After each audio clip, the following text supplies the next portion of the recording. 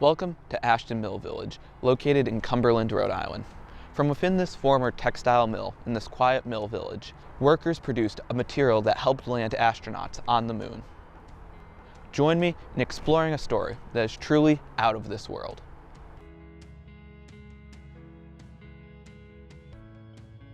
Built in 1868 by the Lonsdale Company, Ashton Mill was designed to take advantage of the Providence and Worcester Railroad. Strategically located in between the Blackstone River and the railroad, Ashton Mill uses water and steam to power itself, while the railroad provided cheap and quick transportation of goods. The Ashton Mill is also much larger than many of the mills in the surrounding area, including the Kelly Mill, located on the opposite riverbank.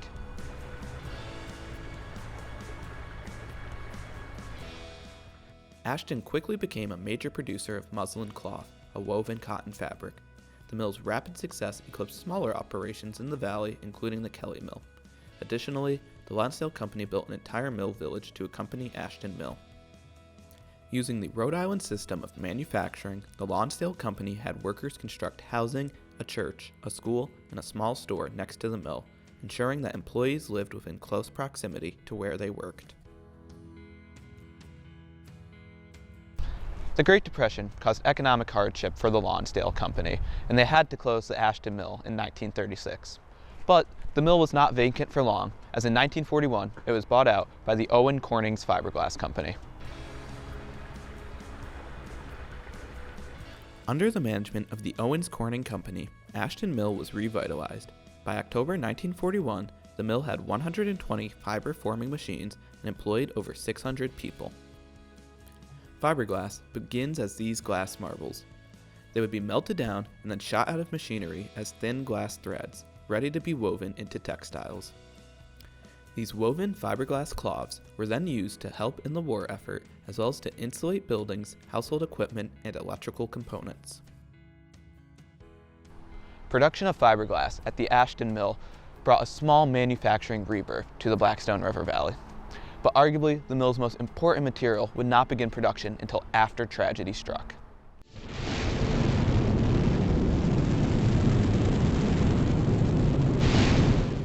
On January 27, 1967, the Apollo 1 space capsule caught on fire, killing astronauts Virgil Gus Grissom, Edward White, and Roger Chaffee. This tragedy made NASA realize that it needed to fireproof its spacesuits and capsules with a durable yet lightweight material. Working with the Owen Corning and DuPont companies, NASA created Beta Cloth, a fabric made out of woven fiberglass threads covered in Teflon. This new technology revolutionized space travel. The woven fiberglass interior created the durability needed for spacesuits and capsules, while the Teflon coating provided fire resistance, withstanding up to 1200 degrees Fahrenheit. Ashton Mill produced lining for electrical panels inside the space capsules and spacesuit parts, including the sleeves and patches for astronauts on the Apollo missions.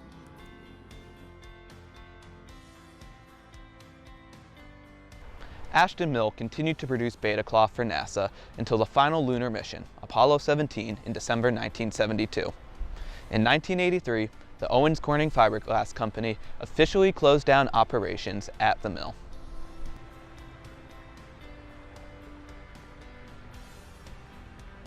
After the closure, Ashton Mill was once again repurposed. Today, it is an apartment complex, while the Mill Village homes have been turned into affordable housing units. The story of Ashton Mill and Beta Cloth reminds us of the resiliency and ingenuity of laborers working on a revolutionary fiberglass material. During a time when the Blackstone River Valley saw much of its manufacturing leave the area, the Ashton Mill was producing a revolutionary material that impacted the nation's success.